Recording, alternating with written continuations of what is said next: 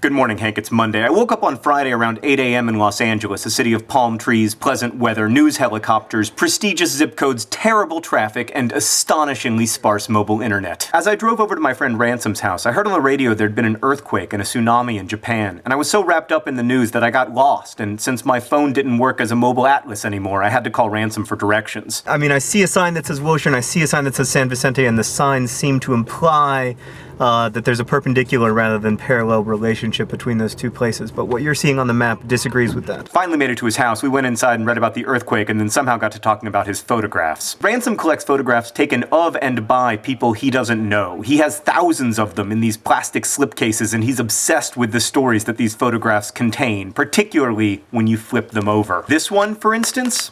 Rock wall near Rose Bowl, Pasadena, California, where Dorothy found a baby girl on January 24th, 1961. Hank, Ransom used photographs like this one to make one of the greatest YouTube videos of all time, link in the doobly-doo. We drove down to the beach then, where this newscaster was like, "This very ocean just devastated Japan!" And then I ran into the water like a boss, forgetting that I had shoes on. Then Randy took me over to the Venice canals, a few blocks of LA that look like Southern California and Amsterdam had a baby, and we walked around talking about how weird it was to stroll these sun-drenched canals on such a tragic day. But then really all human life is lived in close proximity to tragedy. We saw bird flowers and a park for ducks, and these turtles, too quiet for the camera to hear. Ransom said, "Wouldn't it be sad if a child's pool were enough to imprison you?" Then I had to leave for a wedding, so I participated in an activity that people in Los Angeles call hopping on the freeway, which does not in any way resemble hopping. As I idled back toward our hotel, the news on the radio got worse and worse. And then I put on a suit and went to the wedding. The reception was at a beautiful home in Beverly Hills, and as I drank free champagne and looked out over the pool, I thought about how even though we were kind of in a desert, the water had been everywhere that day. From the pool to my champagne glass, from the turtle pond to the canals to the ocean.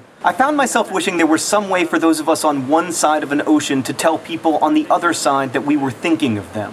A way that I could say that not only to the people of Japan, but also to Dorothy, who'd found that baby girl in 1961. But images can travel in a way that our thoughts cannot. And that night, I felt sad and frustrated that technology can never quite bridge the oceans between us. Hank, you'll find a link to the Red Cross Disaster Relief Fund in the doobly-doo. Welcome back from Haiti. I'll see you on Wednesday.